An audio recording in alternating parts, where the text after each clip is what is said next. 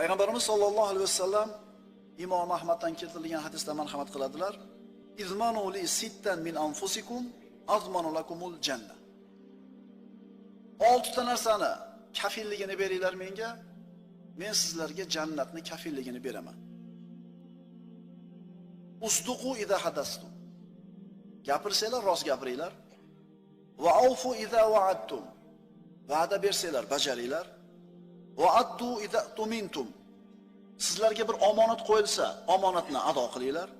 Vahfazu furujakum. Farjlaringizni zinodan saqlanglar. Va g'addu absarakum. Ko'zinglarni nomahramlardan tiyinglar va kuffu aydiyakum. Qo'llaringizni gunohdan tiyinglar. Mana shu 6 ta narsani menga bajaramiz deb kafillik bersanglar, men sizlarga jannatda kafilligini beraman. Yana bir hadisda aytadilar Payg'ambarimiz sollallohu alayhi vasallam: Kutiba ala ibn adama nasibahu minaz zina. Har bir odam bolasiga zinodan bir nasiba, ulush yozilgan. Mudrikun la mahalata. Iloji yo'q, albatta shu zinoni qiladi. Wal aynani zinahuma nazar. Ikki ko'zning zinosi bu qarashlik. Wal uzunani zinahuma istima. Ikki quloqning ham zinosi bor. U nomahramlarning so'ziga quloq tutishlik. Wal lisanu zinahu kalam. Tilning zinosi harom so'zlarni gapirishlik. Wal yadu zinahal batash.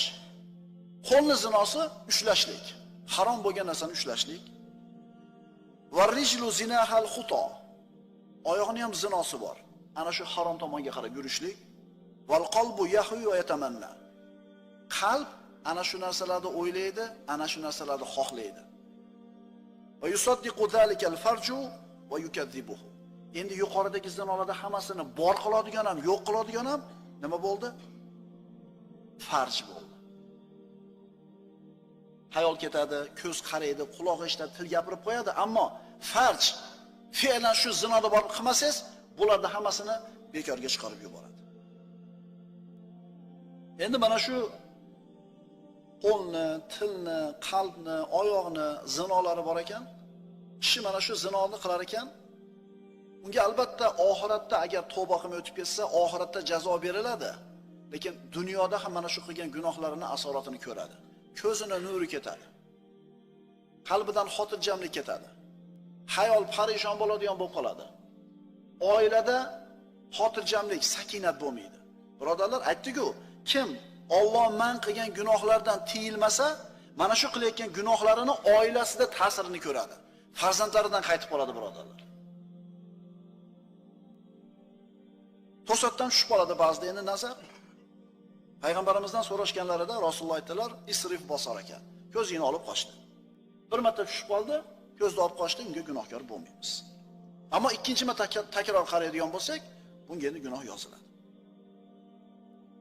Ko'zni tiyish, birodarlar, ayollar o'zini avratlarini hijob bilan yopib yurishligi jamiyatni pokiza bo'lishiga, qalblarni toza bo'lishiga, hayotni esa go'zal bo'lishiga olib keladi. Avratlarni yopib bo'lishligi. Payg'ambarimiz sollallohu alayhi vasallam 3 kishini ko'ziga jahannam o'ti tegmasligini bashoratini berganlar. Bu hadis Imom Tabaroniydan qala Nabiy sollallohu alayhi vasallam talasatun la tara ayunuhumun nar.